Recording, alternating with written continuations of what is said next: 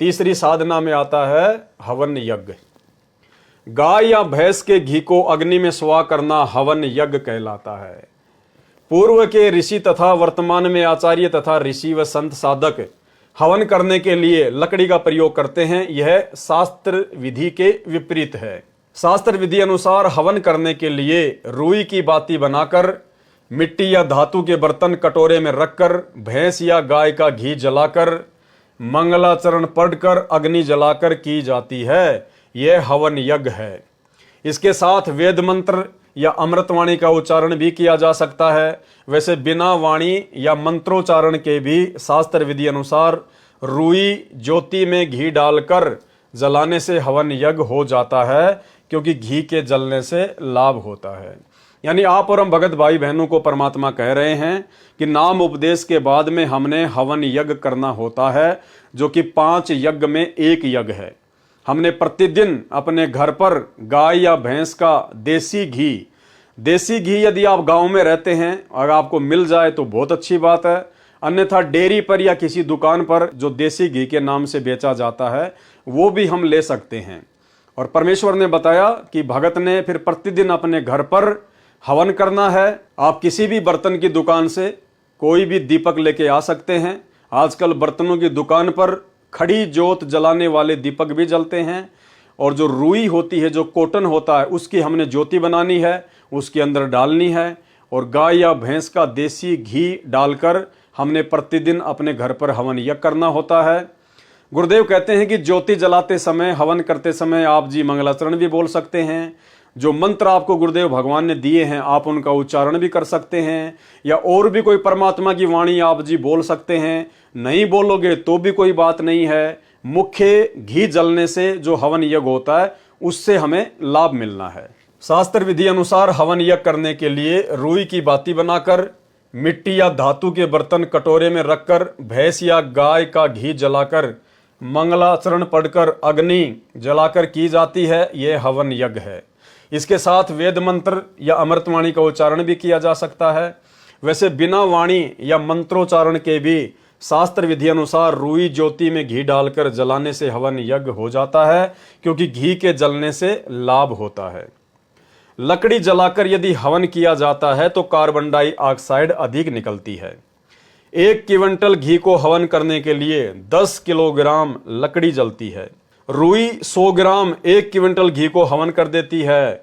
इसमें carbon dioxide भी नाम मात्र ही बनती है। ज्योति यज्ञ करने का प्रमाण ऋग्वेद मंडल 8 सूक्त 46 मंत्र 10 में है। रुई की बाती बनाकर कटोरे में खड़ा कर दिया जाता है, फिर घी डालकर मंगलाचरण पढ़ते पढ़ते ज्योति प्रज्वलित की जाती है। यह 2 प्रकार की होती है। देवी देवताओं के उपासक टेढ़ी ज्योति लगाते हैं, यानी देवी देवताओं को जो ज्योत जलाई जाती है, जो हवन किया जाता है, वो खड़ी बत्ती वाला नहीं किया जाता, वो सीधा नहीं होता, वो तिरछा होता है। वो टेढ़ी ज्योति लगाई जाती है देवी देवताओं को। और पूर्ण परमात्मा की भक्ति में जो हवन यज्ञ किया जाता है, जो आप और हम सभी सतगुरु रामपाल जी परमेश्वर जी के भगत प्रतिदिन करते हैं, हमने खड़ी बत्ती वाला हवन यज्ञ करना होता है। देवी देवताओं के उपासक टेढ़ी ज्योति जलाते हैं। गीता अध्याय 7 श्लोक 12 से 15 तथा 20 से 23 में अन्य देवताओं की पूजा करना व्यर्थ कहा है। यह टेढ़ी ज्योति यज्ञ की परंपरा प्राचीन है। प्रत्येक हिंदू के घर में दोनों समय सुबह और शाम ज्योति यज्ञ किया जाता। यह हवन यज्ञ प्रत्येक के घर में होता था। वर्तमान में 20वीं सदी में कुछ पंथों का उत्थान हुआ।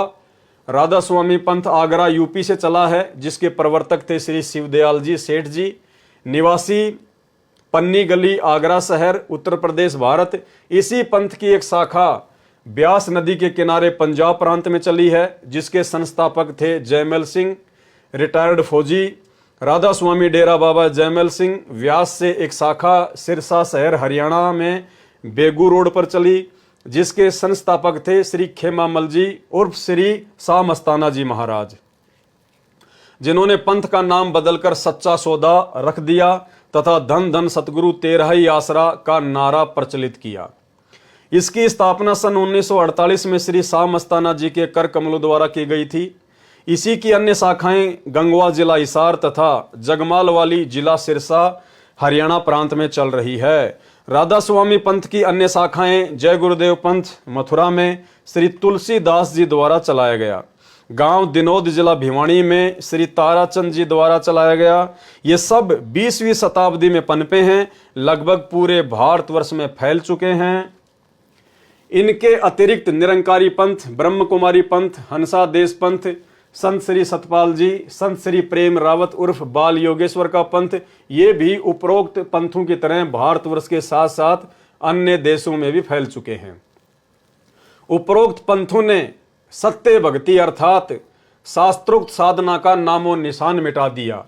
इन पंथों ने ज्योति यज्ञ, हवन यज्ञ को मना कर रखा है, क्योंकि ये सारे के सारे पंथ काल निरंजन के द्वारा भक्ति को नष्ट करवाने के लिए ही चलाए गए हैं। तो पहले हर घर में, हर हिंदू के घर में ज्योत जलाई जाती थी, तेल की या फिर घी की। रोजाना शाम के समय हर कोई ज्योति जलाता ही जलाता था।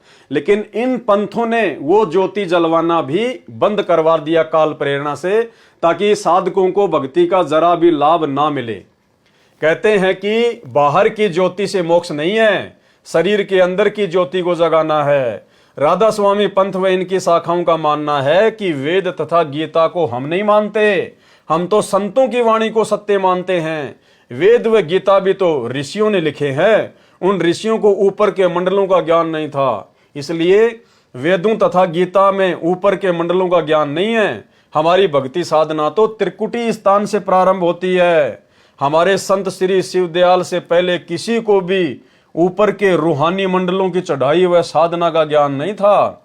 श्री शिवदयाल सिंह सेठ महाराज राधा स्वामी का ज्ञान व सत्संग वचनों का संग्रह पुस्तक सार वचन कार्तिक राधा स्वामी नाम की पुस्तक में लिखे हैं। ज्ञान इस प्रकार है, सबसे ऊपर राधा स्वामी धाम है, यही सच्चे साहिब का नाम है। इससे 2 स्थान नीचे सतनाम का स्थान है। इसी सतनाम को संतों ने सतलोक सारनाम, सत्य पुरुष सार शब्द सतनाम कहा है।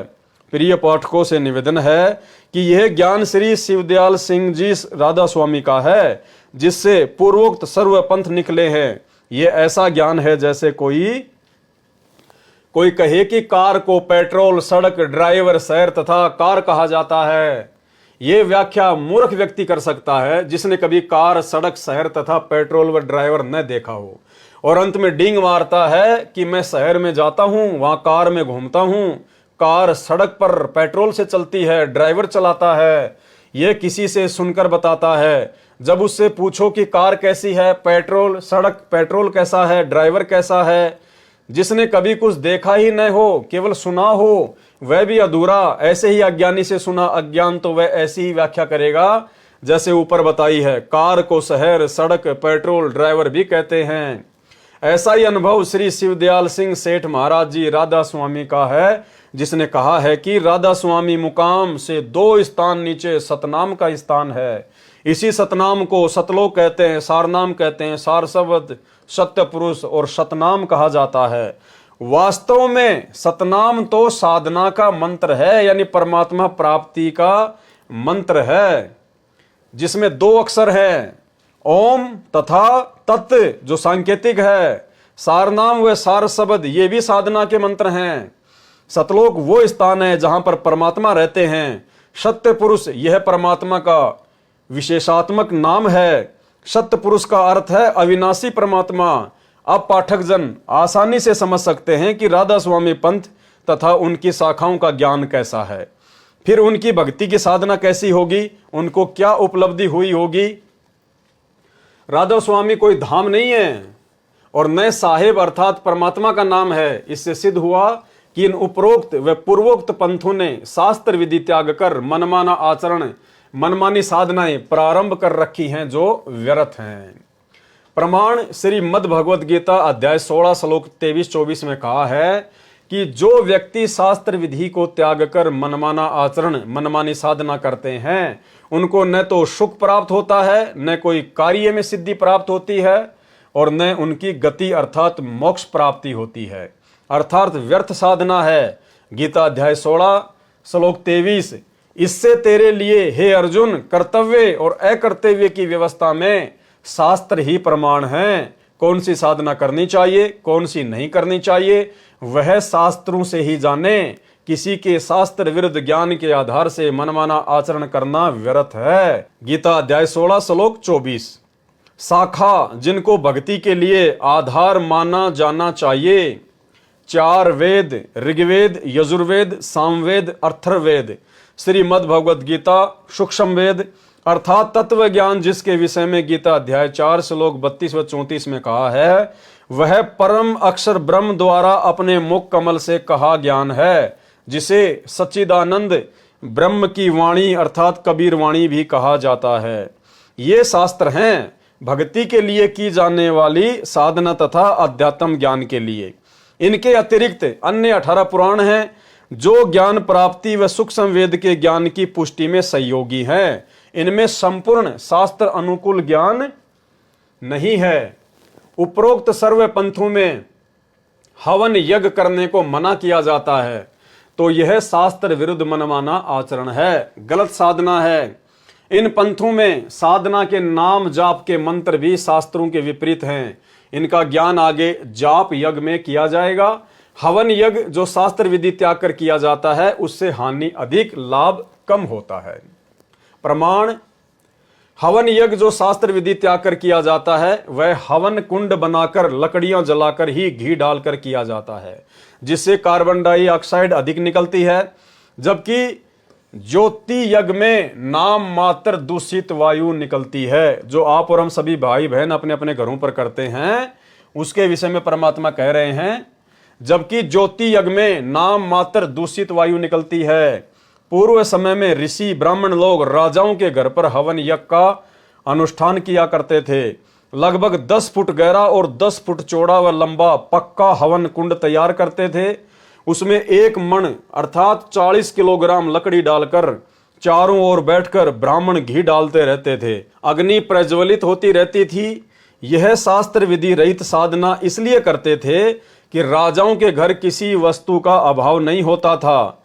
राजा लोग भी धार्मिक होते थे, वे अधिक धर्म करने में विश्वास रखते थे। ऋषिजन राजाओं को खुश करने के लिए शास्त्र विधि से हवन यज्ञ, ज्योति यज्ञ जो ऋग्वेद 8 सूक्त 46 मंत्र 10 में है, उसको त्याग कर मन की योजना अनुसार हवन कुंड बनाकर हवन यज्ञ करने लगे। फिर यह परंपरा बन गई जो अब सत्य लग रही है, परंतु जनसाधारण में शास्त्र विधि अनुसार ज्योति यज्ञ से हवन परंपरा अभी तक जीवित थी, जो वर्तमान में पूर्वोक्त पंथों ने उससे भी वंचित कर दिया। पौराणिक सत्य कथा: एक समय राजा दक्ष ने हवन यज्ञ का अनुष्ठान कराया। उस समय बहुत बड़ा हवन कुंड तैयार किया गया। उस यज्ञ में श्री ब्रह्मा, श्री विष्णु सहित अनेकों देवता व ब्राह्मण तथा ऋषिजन आए थे, परंतु श्री शिव जी नहीं बुलाए गए, क्योंकि राजा दक्ष की पुत्री पार्वती जी ने अपने पिता की इच्छा के विपरीत भगवान शिव से विवाह किया था, जिस कारण से राजा दक्ष ने पार्वती से कहा था कि कभी मेरे घर पर न आना। जिस कारण से पार्वती विवाह के पश्चात अपने पिता के घर नहीं आई थी, इसलिए राजा दक्ष ने अपनी पुत्री पार्वती तथा दामाद शिव को आमंत्रित नहीं किया था। किसी बात पर भगवान शिव अपनी धर्मपत्नी पार्वती जी से नाराज हो गए और उससे बातें करना तथा पत्नी व्यवहार करना बंद कर दिया। अब देखो भाई और बहनों, इस कथा से हमने एक शिक्षा और लेनी है। आज हम जितने भी सतगुरु रामपाल जी परमेश्वर जी के भगत हैं, उनकी शिष्या और शिष्य हैं, और सतगुरु रामपाल जी परमेश्वर जी के ज्ञान को समझ कर ही हमने उनकी शरण ग्रहण की है। और गुरुदेव का जो ज्ञान है वो समाज के मनमाने ज्ञान के विपरीत है। तो भाई और बहनों, एक तरफ तो हम सतगुरु रामपाल जी भगवान के ज्ञान के ऊपर समाज से दुश्मनी लेकर, समाज की तमाम व्यर्थ की परंपराओं को त्याग कर, उन रीति रिवाजों को त्याग कर सतगुरु रामपाल जी भगवान की शरण से हम जुड़े हैं।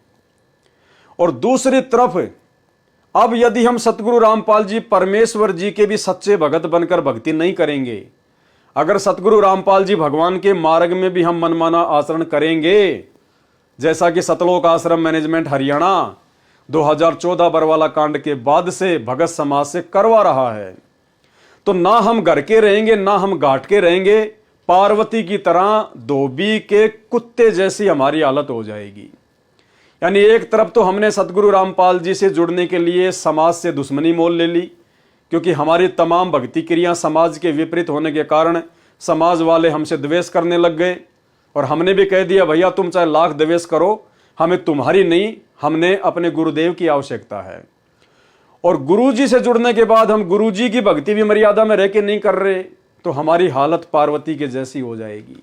जैसी हालत आज 90% संगत की हो रही है, वो संगत जो आश्रमों से जुड़ी हुई है, ना घर की ना घाट की। तो एक तरफ तो पार्वती ने अपने पिता राजा दक्ष की आज्ञा के विरुद्ध होकर शंकर जी से विवाह कर लिया, और दूसरी तरफ उसने शंकर जी की बातों को भी महत्व नहीं दिया। जैसा शंकर जी चाहते थे वैसा उसने नहीं किया, और जबरन श्री रामचंद्र जी की परीक्षा लेने पहुंच गई, जिस कारण से भगवान शंकर उससे नाराज हो गए और उन्होंने पति पत्नी व्यवहार बंद कर दिया, बोलना चालना बंद कर दिया।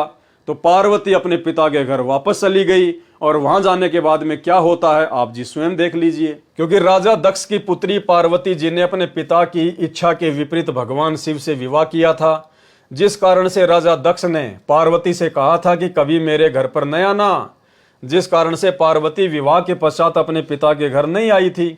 इसलिए राजा दक्ष ने अपनी पुत्री पार्वती तथा दामाद शिव को आमंत्रित नहीं किया था। किसी बात पर भगवान शिव अपनी धर्मपत्नी पार्वती जी से नाराज हो गए और उससे बातें करना तथा पत्नी व्यवहार करना बंद कर दिया। पार्वती जी को निश्चय हो गया कि अब शिव जी मेरे से कभी प्रसन्न नहीं होंगे। लड़की को ऐसे समय में अपने पिता का ही घर नजर आता है, इसलिए शेष जीवन बिताने के लिए अपने पिता दक्ष के घर आ गई। वहां पर हवन यज्ञ चल रहा था। कौन सा हवन यज्ञ? शास्त्र विधि को त्याग कर मनमाना हवन यज्ञ। 10 फुट चौड़ा 10 फुट गहरा गड्ढा खोदकर पक्का करके 40 किलोग्राम लकड़ियां डालकर घी के लोटे डाल डालकर स्वाहा स्वाहा, ये वाला मनमाना आचरण चल रहा था। वहां पर हवन यज्ञ चल रहा था। पिता ने अपनी पुत्री पार्वती का अपमान किया, कहा कि तुझे किसने बुलाया। अब देखो भाई और बहनों, यहां पर बहुत सारी शिक्षाएं हैं। अब सतगुरु रामपाल जी परमेश्वर जी की शरण में आने के बाद में आप और हम भाई बहनों ने राजा दक्ष की तरह किसी के साथ भी ऐसा बर्ताव नहीं करना है।